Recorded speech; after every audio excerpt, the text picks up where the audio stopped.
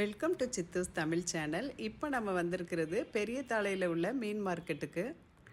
சாத்தங்குளம் பக்கத்தில் உள்ள தோப்புளத்துக்கு குலதெய்வம் கும்பிட்றதுக்காக வந்திருந்தோம். பொள்ளாச்சி திரும்புகிற வழியில் மீன் வாங்கிட்டு போகலான்னு எல்லோரும் இங்கே வந்தோம்.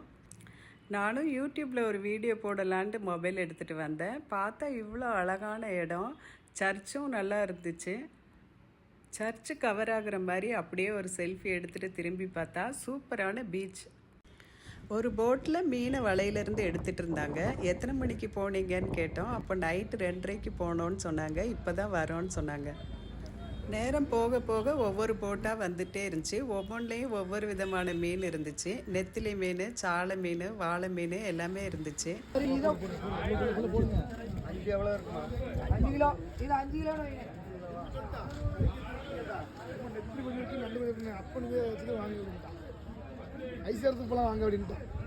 இது என்ன மீன்?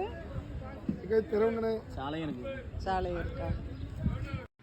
ஆக்சுவலாக இது ஒரு ஷூட்டிங் ஸ்பாட்டு. இங்கே இருக்கிற சர்ச்சும் இந்த பீச்சும் நிறைய மூவிஸில் வந்திருக்காமா. இந்த கடலில் அலையே இல்லாமல் இவ்வளோ அமைதியாக இருக்கிறத பார்க்க ஆச்சரியமாக இருந்தது. இதை பெண் கடல்னு சொல்கிறாங்க. இதே கடல் இன்னொரு பக்கத்தில் அதிக அலையோடு இருக்குமா, அது ஆண் கடல்னு சொல்கிறாங்க. இந்த கடல் தண்ணி ரொம்ப தெளிவாக இருக்குது. இங்கிலீஷில் கிறிஸ்டல் கிளியர்னு சொல்கிற மாதிரி இருக்குது. தமிழில் முத்துமுறின்னு ஒரு வார்த்தை கேள்விப்பட்டிருக்கீங்களா? இப்படி தெளிவாக இருக்கிறத அப்படி சொல்லுவாங்களாமா. என் ஃப்ரெண்டு சொன்னாங்க.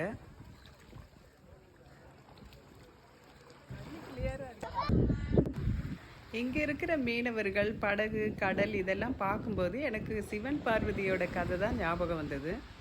கைலாயத்தில் ஒரு நாள் சிவன் பார்வதி கிட்ட வேத ரகசியம் பற்றி சொல்லிக்கிட்டு இருந்தார். கேட்டுட்டு இருந்த பார்வதி கவனம் சிதறினதுனால சிவபிரானுக்கு கோபம் வந்துருச்சு. பார்வதி தேவியை மீனவர் குளத்தில் பிறக்கணும்னு சாபம் விட்டார். பார்வதி தேவியும் அங்கே பிறந்து வளர்ந்தாங்க.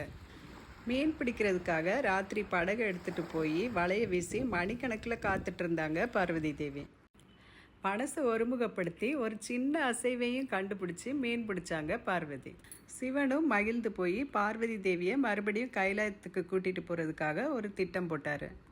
அதன்படி நந்தி தேவர் பெரிய சுறாமீனா அந்த மீனவ கிராமத்தையே பயமுறுத்தினார்.